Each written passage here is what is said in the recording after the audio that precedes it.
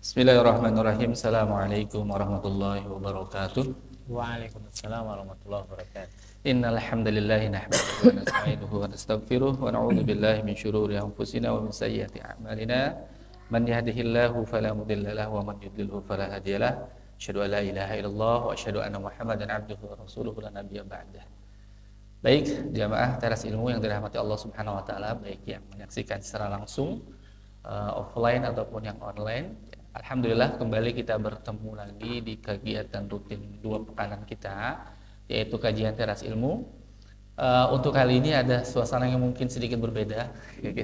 Kita mau coba sembari tanya jawab ya. Jadi kita judulnya mungkin tanya Ustadz gitu ya.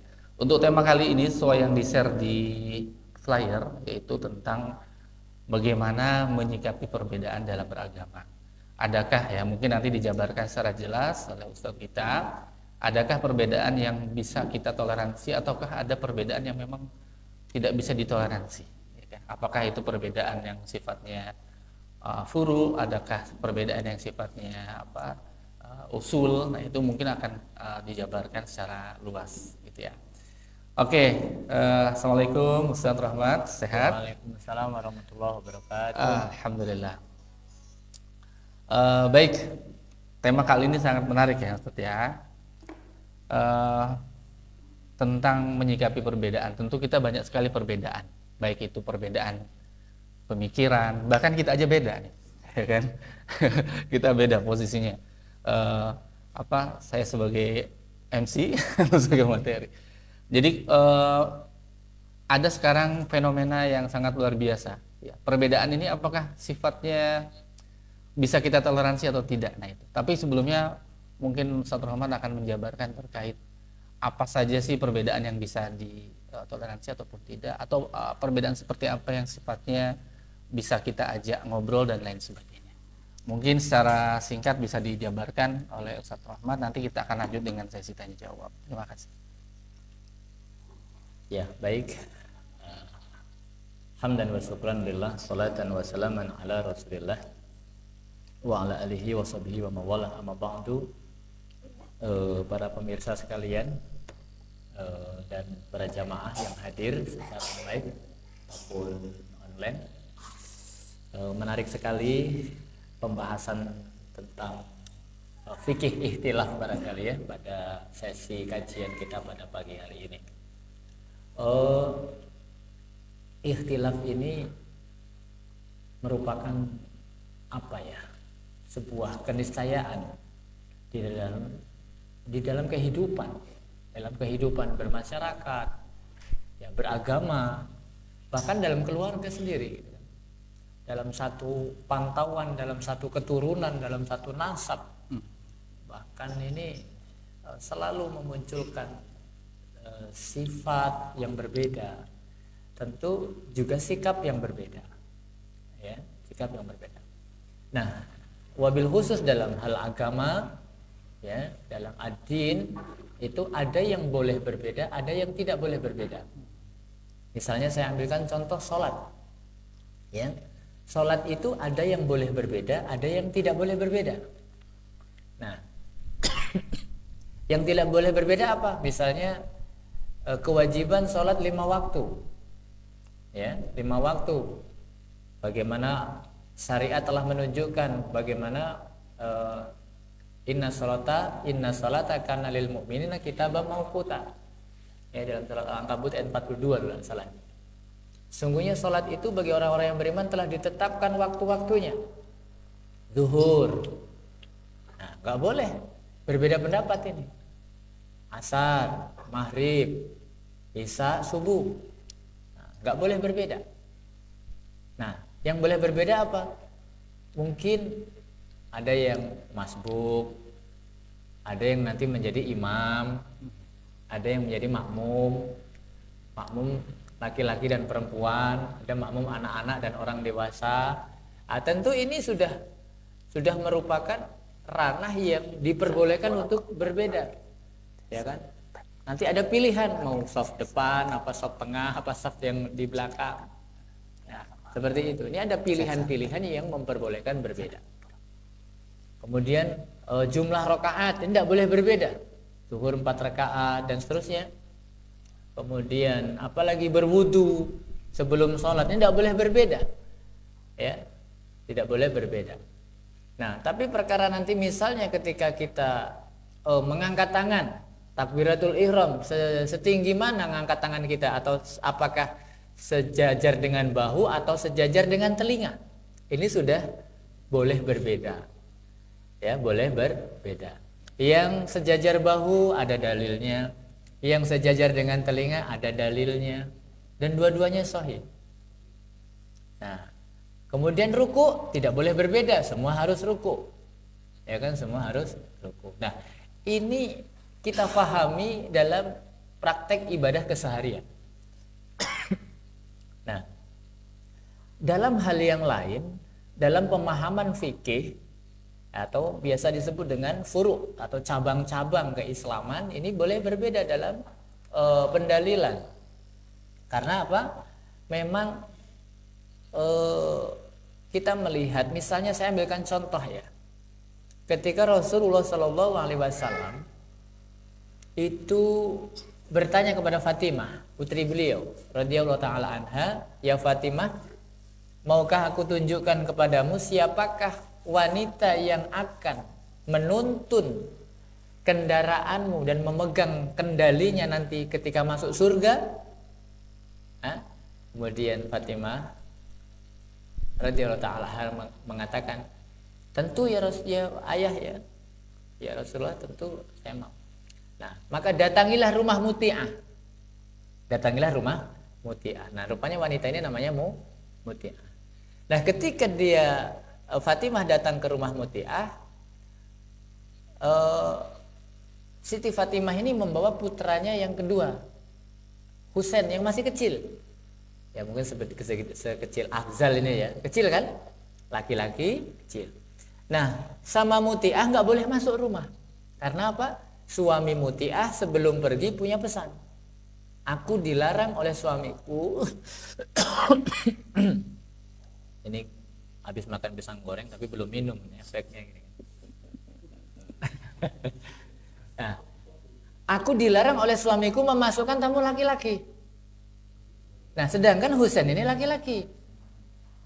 Nah, rupanya Muti'ah itu dalam memahami khitab suami beliau, dilarang memasukkan tamu laki-laki itu di semua aspek, asalkan dia laki-laki, besar kecil, mau putra siapapun itu ya tidak dibolehkan.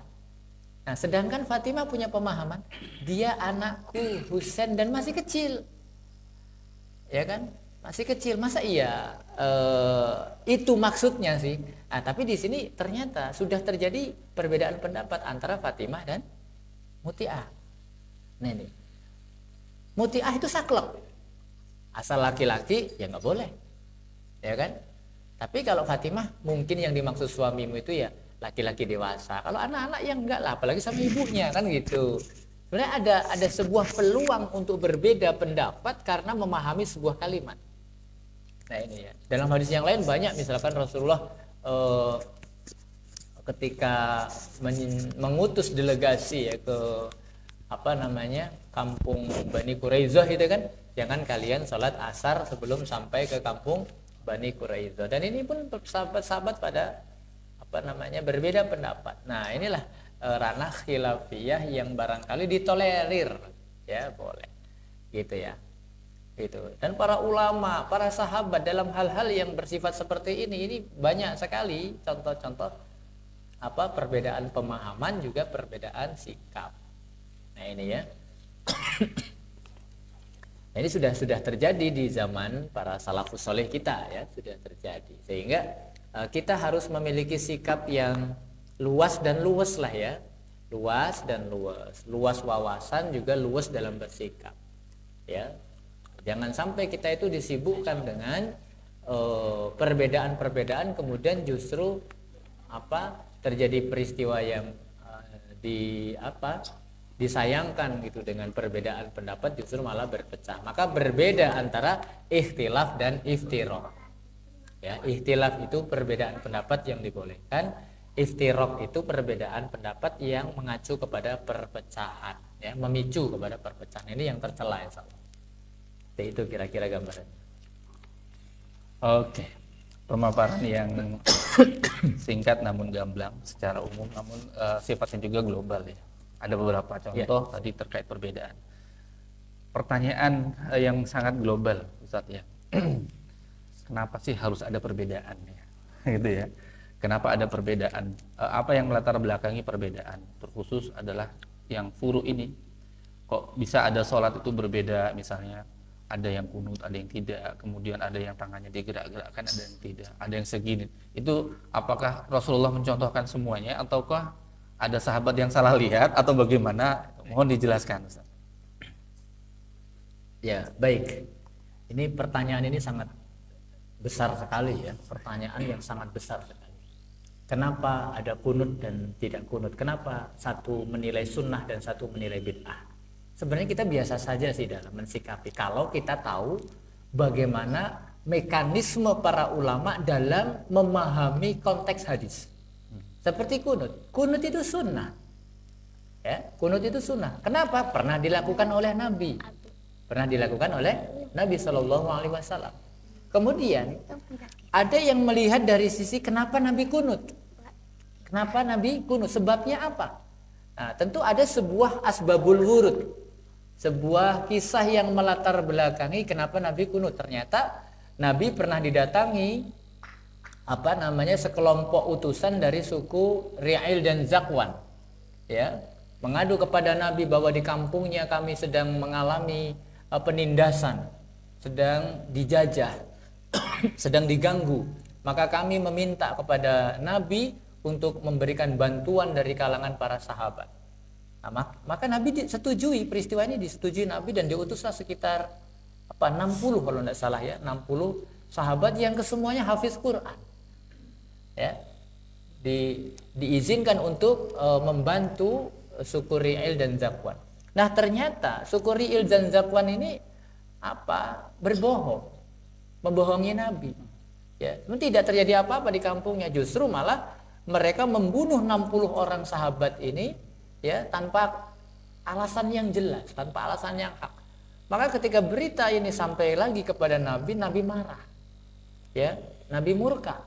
Kemudian mengutuk suku Ri'il dan Zakwan dengan cara mendoakan kebinasaan kepada mereka selama 1 bulan penuh. Ya, 1 bulan penuh Rasulullah itu membaca kunut, namanya kunut nazilah. Ya, kunut nazilah, kunut musibah. Ya, kunut musibah, karena ini musibah yang besar yang menimpa kaum muslimin. Ya, terbunuhnya para hafiz Quran, dan peristiwa ini supaya menjadi efek jera ya bagi orang-orang yang bermain-main ya terhadap syariat Islam. Nah, maka kata Imam Asy-Syafi'i, seandainya ada satu sunnah saja yang dilakukan oleh Nabi, maka boleh dilakukan terus-menerus. Ya, satu sunnah saja. Nah, di sisi lain ada yang memahami, ya dilihat kronologinya dong, masalahnya apa. Nah, ini kaum tekstual, ada kaum kontekstual. Teksnya apa? Teksnya kunut adalah pernah dilakukan oleh Nabi. Konteksnya apa? Ketika Nabi mengalami musibah. Nah, kalau tidak ada musibah, maka ilat atau dari masalah ini sudah hilang, maka tidak ada lagi kunut. Nah, kemudian orang sekarang mengatakan musibah itu kan bermacam-macam. Ada musibah besar, musibah kecil, kan sama-sama musibah. Ada musibah yang meluas, ada yang lokal, ini sama-sama musibah. Maka kunut menjadi sunnah. Nah, kalau kita paham seperti itu kan ya enjoy saja sebenarnya ya, tidak usah kemudian menjadi runcing, kemudian menjadi pemicu perpecahan. Nah, tidak perlu. Ya kan, kita saling menghargai saja. Nah, baik ya, yang bersikukuh terhadap sunnah ya silahkan. Yang ini harus melihat secara konteksnya seperti apa ya silahkan. Nah, ini. Nah, kemudian kenapa sih harus berbeda gitu ya? Apakah semuanya dicontohkan oleh Nabi? Ya tentu tidak sesempit itu ketika kita memahami. Ya, jamaah sekalian, bahwa perbedaan ini jangan dianggap sebagai sebuah pemicu kita untuk tidak bersilaturahim, untuk tidak berkomunikasi, untuk tidak hidup bersama, ya. Berbeda ini ya harus berbeda. Nggak bisa kita dibilang sama, nggak bisa. Ya kan? Misalnya begini, tentang makna sebuah kata yakni pulang. Ada kata namanya pulang. Nah, Imam Syafi'i ya itu berbeda pendapat dengan Imam Malik ya terkait dengan kata pulang. Misalnya begini, Pak Opik sudah tidak ada di sini. Orang yang ada di sini pasti berkata Pak Opik sudah pulang karena sudah tidak ada di sini. Nah, istri Pak Opik di rumah, kita tanya, misalkan di telepon, Umi, Pak Opik ada nggak? Sudah pulang apa belum? Belum, karena tidak ada di sini. Berarti belum pulang. Di waktu yang sama, ketika kita tanyakan dengan orang yang berbeda, maka jawabannya berbeda. Nah, kalau kata Imam Syafi'i, sebelum dia sampai rumah, maka belum dinyatakan sudah pulang. Tapi Imam Malik asal sudah tidak ada di sini, berarti dia sudah pulang. Misalkan jamaah mau milih yang mana? Pendapat Imam Malik apa Imam Syafi'i? Pasti berbeda juga. Ada yang mendukung pendapat Imam Malik, ada yang mendukung pendapat Imam Syafi'i. Itu masalah satu kata saja, pulang. Dua-duanya salah atau dua-duanya benar atau salah satunya yang salah? Ini juga nggak bisa kita hukumi.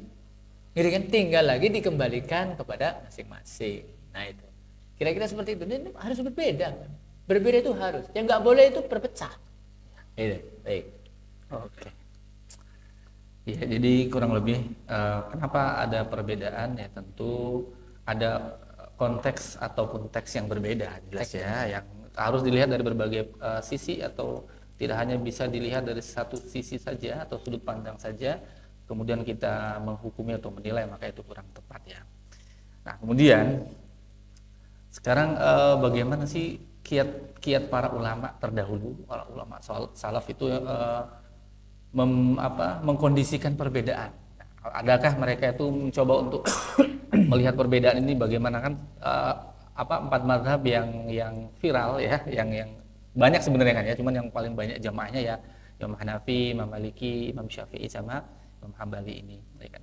Bagaimana ulama-ulama salaf itu kemudian mengarahkan para kaum muslimin agar tepat dalam memilih mazhab, kemudian legowo juga dalam melihat mazhab yang lain dan sebagainya. Seperti apa? Iya, ada yang beragama itu mewajibkan menggunakan mazhab salah satu mazhab dari mazhabul arba'ah ya, salah satu. Kalau sudah Maliki ya sudah Maliki saja, semuanya harus Maliki. Ada yang ya tidak ada rekomendasi harus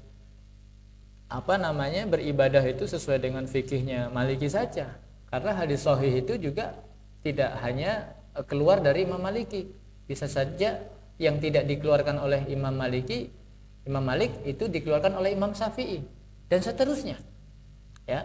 Maka ada mazhab, ada manhaj ya, ada manhaj. Nah manhaj itu adalah yang penting beragama itu menggunakan dalil yang sahih. Meskipun yang mengeluarkan Imam Hanafi, Imam Malik, Imam Syafi'i atau Imam Hambali, ya siapa saja, kalau itu memang sahih, bahwa mazhabi itulah jalan kita. Nah, ada yang tidak, nggak boleh talfik. Nah, talfik itu mencampur adukan, ya kan? Tergantung situasi dong, ya kan? Kalau di Indonesia cocoknya Syafi'i, karena mayoritas Syafi'i. Ya silahkan, oke silahkan, ya. Misalnya Imam Syafi'i mengharamkan musik, Imam Syafi'i mengharamkan musik. Lalu siapa yang di Indonesia itu yang istilahnya menghalalkan musik? Ya Syafi'iyah atau pengikut-pengikut Imam Syafi'i. Nah ini kadang-kadang kita itu ini saja belum clear gitu ya, belum clear. Nah, ya insya Allah yang terbaik adalah bagaimana kita itu tidak fanatik, ya, tidak fanatik. Fanatik itu apa sih? Ego sektoral, ya, egoisme. Pokoknya kalau nggak seperti saya salah semua. Nah ini kan kemudian jumud namanya ya, jumud, beku dalam berpikir, dalam bertindak. Nah ini akan terjadi gesekan kalau masing-masing kaku. Saya ambilkan contoh ya, Imam Al-Muzani ya, salah seorang murid Imam Syafi'i, itu pernah tebak-tebakan dengan Imam Syafi'i. Waktu itu beliau duduk di bawah sebatang pohon berteduh ya di siang hari terik. Kemudian mereka tebak-tebakan. Karena apa? Ada seorang laki-laki yang mau lewat gitu. Dari jauh udah kelihatan. Nah, Imam Syafi'i sama Imam Muzani ini tebak-tebakan. Yuk kita tebak-tebakan. Pekerjaan orang itu apa? Pekerjaan orang itu apa ya? Orang yang akan lewat itu. Kata Imam Syafi'i dia tukang kayu. Tapi kata Al-Muzani dia tukang besi. Tukang besi ya, pandai besi gitu. Satu mengatakan tukang pandai besi, satu panglong gitu kira-kira ya, panglong, tukang kayu. Nah, kemudian setelah laki-laki ini dekat, kemudian mereka berdua minta izin bertanya tentang pekerjaan orang ini. Ya, kami sedang melakukan tebak-tebakan nih Pak. Saya mohon maaf ini berdua ini sengaja ya kan. Cuman bertanya siapa yang paling benar di antara kami tentang pekerjaan Bapak. Sahabat kami ini mengatakan Bapak tukang kayu, sementara saya tukang besi. Maka orang tadi tersenyum, yang ditanya tadi tersenyum, kemudian berkata, dulu saya tukang besi ya, tapi karena saya sudah beralih profesi sekarang jadi tukang kayu. Nah, jadi kisah ini cukup populer ya kan. Nah, perbedaan pendapat ini ternyata dapat diakomodir dalam satu jawaban yang kemudian dua-duanya benar, ya kan? Siapa yang paling benar? Ya benar semua. Ya kan, jawaban itu bisa benar semua. Ya, dulu pernah jadi tukang besi, sekarang jadi tukang kayu. Nah, kemudian ada lagi. Imam Malik dan Imam Syafi'i itu berbeda pendapat terkait dengan ketika memilih seorang pasangan hidup, calon istri. Ya, kalau Imam Syafi'i itu yang penting cantik. Ya betul, Imam Syafi'i itu yang penting cantik, karena cantik itu tidak bisa dirubah. Maaf ya, jelek tidak bisa dirubah jadi cantik gitu ya. Nah, tapi kalau Imam Malik itu berpendapat agamanya, yang penting agamanya. Gitu ya, agamanya. Antum mau milih mana dalam bermazhab memilih calon istri? Mau cantiknya apa agamanya? Nah, itu yang enak dua-duanya. Dua-dua akomodir. Iya, karena masing-masing punya pendapat. Ya, seorang yang sudah baik akhlaknya, baik agamanya, itu akan mendatangkan inner beauty, kecantikan dari dalam. Gak masalah wajahnya pas-pasan, tapi akhlaknya baik. Sehingga kata Imam Syafi'i enggak lah, kalau masalah akhlak saya bisa mendidik dia, saya bisa ajarin dia bagaimana cara berakhlak. Tapi kalau jelek nggak bisa dididik. Jadi dididik jadi cantik gitu ya. Nah, ini nggak ketemu mereka berdua, gitu kan? Tapi masing-masing punya alasan. Ketika terkait dengan mengingatkan orang yang sedang makan atau minum di bulan Ramadan, Imam Syafi'i sama Imam Malik juga berbeda pendapat. Ustaz Taufik, Imam Syafi'i itu mendiamkan orang yang tidak berpuasa di bulan Ramadan siang. Imam Malik enggak, ya diingatkan hak sesama muslim, diingatkan kalau dia diingatkan kalau dia mungkin sedang futur imannya, diingatkan. Ini bulan Ramadan kita wajib berpuasa, dinasihati. Imam Syafi'i enggak, karena Imam Syafi'i punya alasan. Siapa tahu dia makan minumnya karena lupa, ya kan? Karena lupa. Ya itu yang enggak kepikiran sama Imam Malik, enggak kepikiran karena lupa. Atau mungkin dia karena sakit, atau mungkin karena dia safar. Kenapa nggak kita rinci? Ya kan, bukan karena sengaja berbuat maksiat kan? Sengaja menentang. Pasti punya alasan kalau dia seorang muslim. Dan kalau dia karena lupa, maka hadisnya kata Imam Syafi'i, jikalau kalian makan atau minum karena lupa, karena sedang berpuasa, setelah ingat lanjutkan. Karena apa? Allah sedang memberikan rizki. Nah, saya tidak berhak menyetop Allah sedang memberikan rezeki, kata Imam Syafi'i. Allah sedang memberikan rezeki kok saya nyetop, kamu nggak puasa ya? Nggak bisa, ya saya diamkan ya, dia beringat sendiri gitu aja. nggak usah memberat-beratkan. Dan ini mekanisme. Dan mereka itu sering diskusi debat di hadapan murid-murid mereka. Bahkan ketika mereka sedang mempertahankan argumentasi, hujjah, mereka itu sampai kata Imam Al-Muzani, mereka keluar otot-otot leher mereka, urat-urat leher. Karena apa? Saking serunya. Bahkan kami murid-muridnya mengatakan, wah ini bakal berantem nih, kayaknya berantem. Tapi itu tidak terjadi.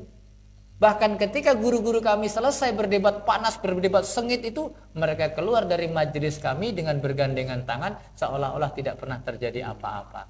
Ini sikap para ulama ketika mengemas perbedaan. Nah ini, sudahlah. Ya kita ini harus kayak ulama. Cuman kita belum tahu aja nih informasinya sebenarnya. Oke ya. Nah sekarang saya menarik kalimat dengan kata jumud nih, Ustaz ya.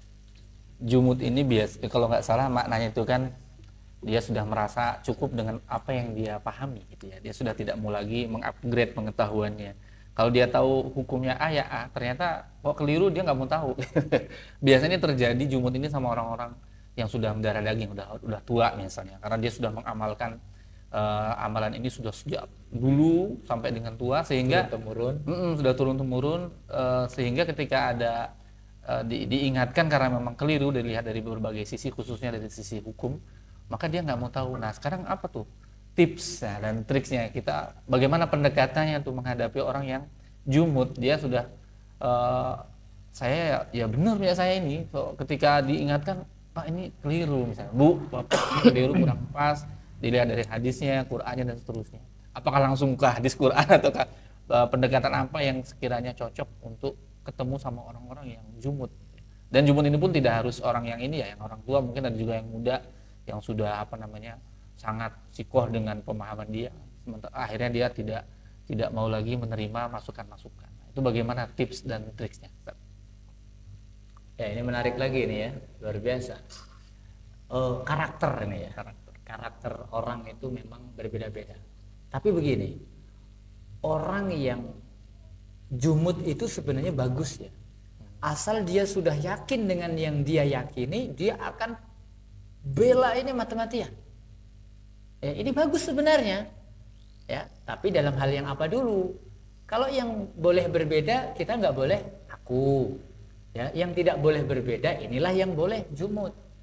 Karena memang nggak boleh berbeda. Sholat harus menghadap kiblat, ini harus jumud kita.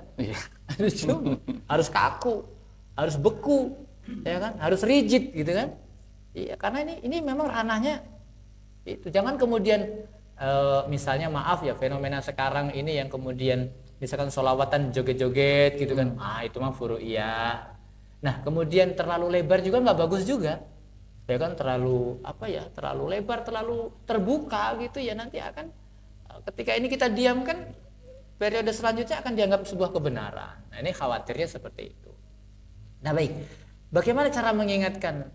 Metode seperti apa yang terbaik? Yang pertama, kalau memang dia karakternya adalah seorang ilmuwan, bisa kita dengan rujuk kepada Al-Quran dan Sunnah sesuai dengan perintah Allah, fa in tanaza'tum bi syai'in farudduhu ilallah wa rasul. Coba kita lihat sumbernya seperti apa, Al-Qurannya seperti apa, hadisnya seperti apa. Nah ini, jadi yang menghukumi kita bukan saya lawan kamu, tapi kita lawan masalah. Kita punya masalah A, ayo kita cari sumbernya yang benar seperti apa. Kadang-kadang kita sedang melawan masalah itu dianggap saya lawan kamu. Nah, ini repot. Ya kan? Itu yang repot. Tuh. Yang kedua, dengan menyindir. Contoh misalkan ini dalam sebuah riwayat dikatakan Hasan dan Husain itu seketika anak-anak itu pernah melihat seorang tua yang wudunya salah.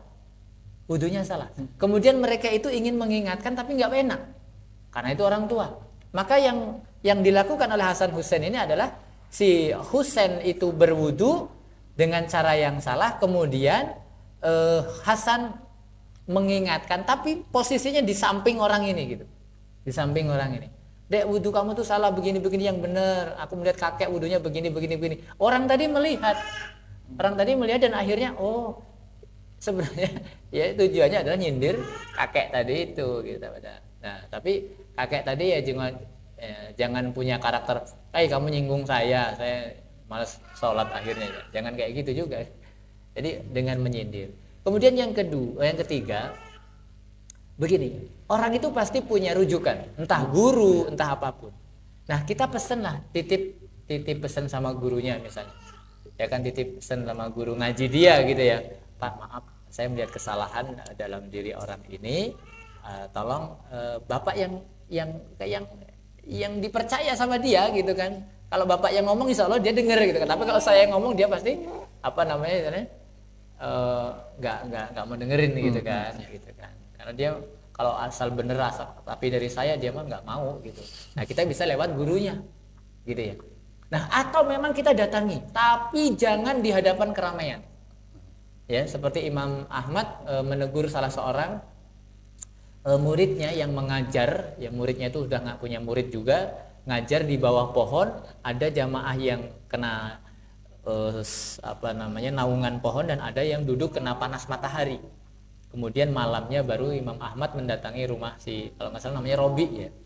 Si Robi, saya datang malam-malam ke sini mengendap-endap, nggak ada yang lihat, saya cuma pengen memberikan saran. Lain kali kamu kalau ngaji jangan kayak siang tadi, ada yang dapat teduh, ada yang dapat kepanasan, ya kan. Dah itu aja saya mau pulang. Nggak ada yang lihat, mengendap-endap. Jadi mengingatkan, memberikan peringatan itu kalau bisa 4 mata, ya kan. Jangan di hadapan orang banyak. Kamu salah. Di medsos. Wah, atau di medsos. Nah, ini nggak hikmah. Islam nggak ngajarin seperti itu, membuka aib, membuka kelemahan orang, menunjukkan kesalahan, tapi di hadapan halayak. Nah, tidak ahsan. Itu terjadi Ustaz ya. Di medsos sekarang misalnya ada ustadz yang dianggap keliru, cuman dia tidak klarifikasi secara langsung, justru malah dia seperti ada konferensi pers di medsos menyampaikan ustadz ini keliru bla bla bla. Itu sikapnya bagaimana?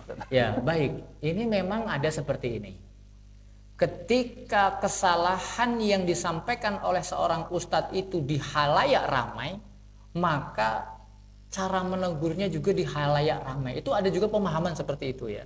Ini harus diluruskan karena memang kesalahannya itu dikonsumsi oleh orang banyak, sehingga klarifikasinya juga harus dikonsumsi orang banyak. Sebenarnya nggak jadi masalah sih kalau kita sudah punya hati yang sama-sama legowo. Ya, kita tinggal ucapkan terima kasih, sudah diperingatkan, sudah ditunjukkan kesalahan saya, ya lain kali saya akan perbaiki. Selesai dah. Tapi kan kadang-kadang orang itu kan punya hawa nafsu. Ya jangan kayak gitulah caranya. Saya kan punya mad'u juga, saya punya follower juga, saya punya subscriber. Nanti kalau orang-orang itu nggak percaya sama saya kan nggak enak juga, ya gitu kan?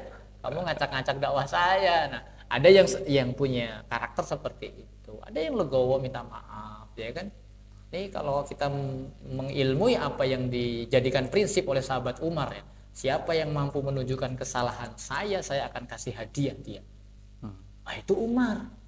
Kenapa kita nggak kasih seperti Umar? Kalau ada yang mampu menunjukkan kesalahan saya kasih hadiah. Artinya memberikan penghargaan, tidak selalu memuji, senangnya dipuji, ya kan? Nah, benar atau salah dibenar-benar. Nah, ini yang tidak boleh. Kata Buya Hamka, temanmu yang sebenarnya adalah yang berkata benar, bukan yang selalu membenar-benarkan. Ya, tapi terkadang problemnya ketika terkait dengan klarifikasi secara umum ya. Itu kan ini kalau kita kembali ke materi kita terkait perbedaan atau furu'iyah. Ini kan yang diklarifikasi ini belum tentu salah misalnya saja ya. Karena furu' tadi perbedaan di cabang. Persepsi. Tapi kok bahkan di cabang saja di urusan cabang dia sudah menyalahkan. Nah, itu kan kecuali sifatnya usul ya.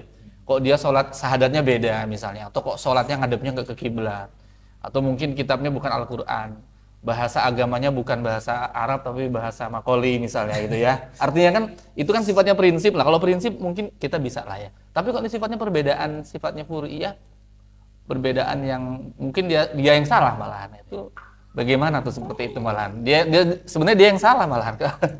Seolah-olah menyalahkan. Baik. Memang informasi dakwah yang kita konsumsi ini sangat beragam dinamikanya ya, sangat beragam sekali. Maka akhirnya saya punya semacam keputusan lah gitu ya. Oke, sesuatu yang memang menjadi ranah khilafiyah itu hendaknya menjadikan kita untuk bersemangat lagi tholabul ilmi. Ya kan? Allah memancing agama ini dengan perbedaan-perbedaan ini supaya kita itu muncul keinginan yang paling benar yang mana. Kalau toh kita belum sampai kepada sesuatu yang hakiki, yang paling udah ilmal yakin, ainul yakin ya, hakul yakin, kita setidaknya sudah berada di track itu, gitu. On the track, ya kan?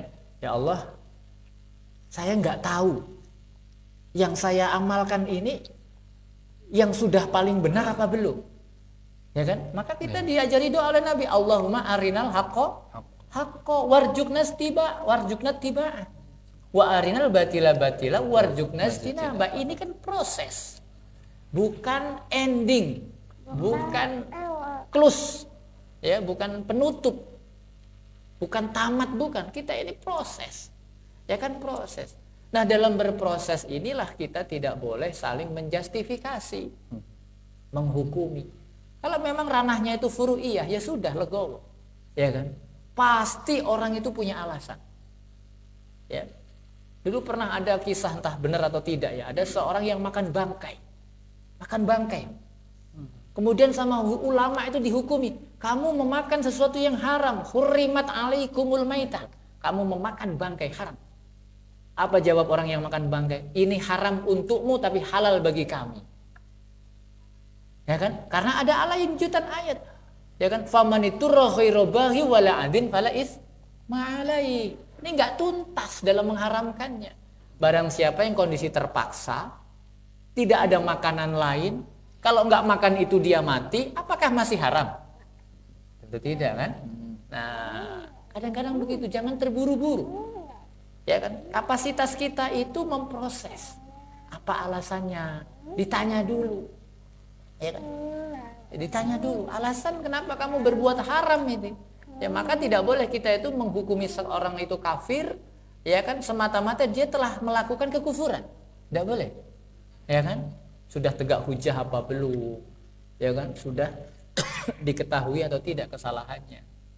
Nah, ini maka ada uzur-uzur yang juga kita harus kuasai gitu ya, supaya kita itu hidupnya itu aman gitu, enggak lakum dinukum wali adinnya itu nanti gitu kan. Itu ya, kalau masih sesama Islam insya Allah kita akan cross check dulu, klarifikasi dulu, insya Allah seperti itu. Oke Ustaz, ini terakhir Ustaz ya, terkait dengan perbedaan, tapi ini sebenarnya panjang ya, nggak cukup 1-2 jam ya kalau berbicara tentang perbedaan, mungkin akan berjilid-jilid, cuman ini mungkin sebagai pengantar untuk pertemuan selanjutnya. Jadi bagaimana, adakah atau apakah prinsip atau kriteria yang bisa kita pakai untuk menentukan atau menetapkan pilihan kita dalam beragama sehingga kita bisa merasa yakin? Karena tentu kan ada orang yang bimbang, kok beda ya gitu ya. Ada yang bimbang ketika melihat itu kok gitu ya. Itu mengatakan itu benar, ini benar. Sehingga dia merasa ragu sehingga berimbas kepada ibadah dia yang enggak begitu khusyuk akhirnya. Gimana ini kira-kira? Jadi bagaimana atau apakah prinsip atau kriteria yang bisa kita gunakan atau kita pakai dalam menetapkan pilihan kita terkait ibadah ini yang tentu kaitannya yang furu ya atau cabang, karena kalau usul udah nggak boleh sama sekali berbeda. Bagaimana? Ya baik. Pada prinsipnya agama ini mudah difahami, mudah diamalkan. Itu prinsip, mudah difahami, mudah diamalkan oleh siapa saja. Ya kan? Oleh siapa saja, oleh laki-laki, oleh perempuan, dewasa, kecil, orang bodoh, orang pintar, semuanya boleh. Maaf, orang sempurna, orang yang kurang sempurna. Agama ini mudah difahami dan mudah diamalkan. Nah, maka salah satu alternatif yang dipilihkan oleh ulama ketika seseorang itu tidak memiliki kemampuan dan akses, ya, tidak memiliki kemampuan, tidak memiliki kapasitas, tidak punya akses untuk mendownload sesuatu yang apakah ini yang baik atau sudah benar atau belum gitu ya, maka diwajibkan bermadzhab itu. Diwajibkan bermadzhab ya. Bagaimana bermadzhab itu? Ya sudah, kalau itu umumnya dilakukan oleh orang-orang solih, ikuti gitu. Tapi di sisi lain, ya kan, kita tidak boleh berhenti belajar. Tidak boleh berhenti belajar. Maka kalimat baik ya, utlubul ilma minal mahdi ilal lahdi, itu adalah long education, ya, long life education. pendidikan sepanjang hayat, meskipun itu bukan hadis ya. Saya pertegas itu bukan hadis, itu hanya sebuah kalimat bahwa menuntut ilmu itu dari ayunan, buayan sampai kita meninggal dunia. Gak ada waktu yang kosong, terus kita thalabul ilmi. Ya, thalabul ilmi. Maka ini maaf kalau nggak salah, saya pernah membaca dalam sebuah riwayat bahwa seseorang yang sudah melangkahkan kaki dalam thalabul ilmi, maka dia tidak akan ditanya oleh malaikat mungkar nakir sebelum Allah datangkan malaikat pengajar untuk menyempurnakan apa yang dia niatkan. Apa yang dia niatkan ketika dia masih hidup, ketika thalabul ilmi. Saya ingin beribadah kepada Engkau ya Allah dengan ibadah yang baik dan benar. Ya kan? Nah, maka ini akan menjadi suplemen sikap. Ya kan, dia tidak akan ta'assub, dia tidak akan mudah marah, dia tidak akan fanatik, ya kan? Nah, karena apa? Dia sedang mencari, ya kan? Barangkali ini yang saya anggap benar sementara ini, tapi belum tahu karena saya masih belajar kan gitu. Bisa jadi kamu yang benar, tapi saya masih menilainya salah, tapi mungkin kamu benar juga gitu kan? Jadi kan dikemasnya itu dalam ukhuwah Islamiyah, ukhuwah persaudaraan yang komunikatif, ya kan? Kita punya agenda besar ya, nih persatuan hati itu di atas kebenaran ini lebih kita utamakan, lebih kita prioritaskan daripada kita itu mengsekat-sekat gitu kan. Nah, ini yang tidak ahsan dari saya. Rasa itu Ustaz. Baik, jazakumullahu khairan. Tujuan daripada dibuat tema ini sebenarnya adalah bukan ingin mencari saya yang paling benar, bukan. Justru ingin seperti yang Ustadz Rahmat sampaikan di akhir, ingin ada agenda besar yaitu persatuan. Ingin bahwa walaupun berbeda ternyata kita adalah sama, syahadat kita sama, usul kita sama. Kita ingin memastikan bahwa usul kita itu sama, bahwa agama kita Islam, raditu billahi robba wa bil islami dina wa bi Muhammadin nabiyya rasulah. Bahkan ada disambung lagi wabil qur'ani imama wa hukma dan seterusnya. Artinya kita pastikan bahwa usul kita ini sama. Allah adalah Rabb kita, Muhammad sallallahu alaihi wasallam adalah nabi kita, Quran adalah kitab kita, ya kan? Kemudian kiblat Makkah adalah kiblat kita, Quran adalah kitab kita. Kita memastikan itu sehingga ini cukup menjadi fondasi bagi kita. Dan perbedaan-perbedaan yang sifatnya furu seperti disampaikan tadi, memang barangkali memang Rasulullah pernah di satu saat seperti ini, di saat yang lain seperti itu, bisa jadi seperti itu. Bahkan kalau masa muda seperti di masa betul sekali, artinya seperti disampaikan pernah oleh Ustadz Adi ya, terkait dia berdiri berdiri menuju sujud itu kan, ada yang tangan dulu, ada yang kaki dulu, ya kan? Kalau lutut dulu memang di saat Nabi masih muda dan masih kuat, dan tangan itu ketika usia beliau sudah 60-an ke atas ya, menjelang wafat.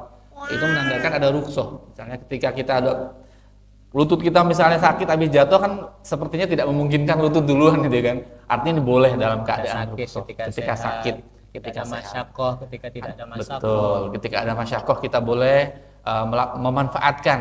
memanfaatkan rukhsah ya yang diberikan Allah, dan Allah sangat senang rukhsahnya dipakai gitu ya. Jadi Allah tuh senang kalau rukhsah itu dipakai, bahkan ketika sholat saja ada qashar, ada jama', Allah lebih senang kalau diqashar gitu ya, lebih senang 2 rakaat yang satu. Ada kemudahan, kenapa nggak kamu pakai gitu, seperti itu. Jadi tujuan tema kita hari ini adalah sebenarnya bukan ingin mencari mana yang paling benar, karena itu justru ketika kita mencari paling benar tanda kutip ya, menyalahkan yang lain, maka itu justru ada perpecahan. Tapi di sini kita berupaya untuk bagaimana caranya kita satu sama lain saling legowo, kemudian memahami perbedaan, bahwa perbedaan adalah suatu keniscayaan ya. Insya Allah ini akan berlanjut ya di jilid-jilid selanjutnya, tema-tema seperti ini. Ini kita buat podcast tadi khawatir jamaahnya nggak ini Ustadz Muhtadin khawatir nggak datang juga, jadi kami buat podcast seperti ini, jadi kita buat konsep seperti ini. Nah, mudah-mudahan bermanfaat barangkali, karena setelah ini Ustadz pun sudah ditunggu di tempat yang lain ya. Jadi kita batasi dulu untuk kali ini. Insya Allah kita bertemu di 2 pekan yang akan datang. Mudah-mudahan Allah Ta'ala memberkahi pertemuan kita kali ini, kemudian menjadikan pertemuan kita adalah pertemuan yang dirahmati, perpisahan kita pun nanti perpisahan yang dirahmati, dan tidak hanya berkumpul di dunia saja, dan semoga Allah Ta'ala mengumpulkan kita dalam keridhaannya di surganya Allah Subhanahu wa Ta'ala. Kita tutup dengan hamdalah dan doa kafaratul majelis. Alhamdulillahirabbil alamin. Subhanakallahumma bihamdika asyhadu an la ilaha illa anta astaghfiruka wa atubu ilaik. Assalamualaikum warahmatullahi wabarakatuh. Waalaikumsalam warahmatullahi wabarakatuh.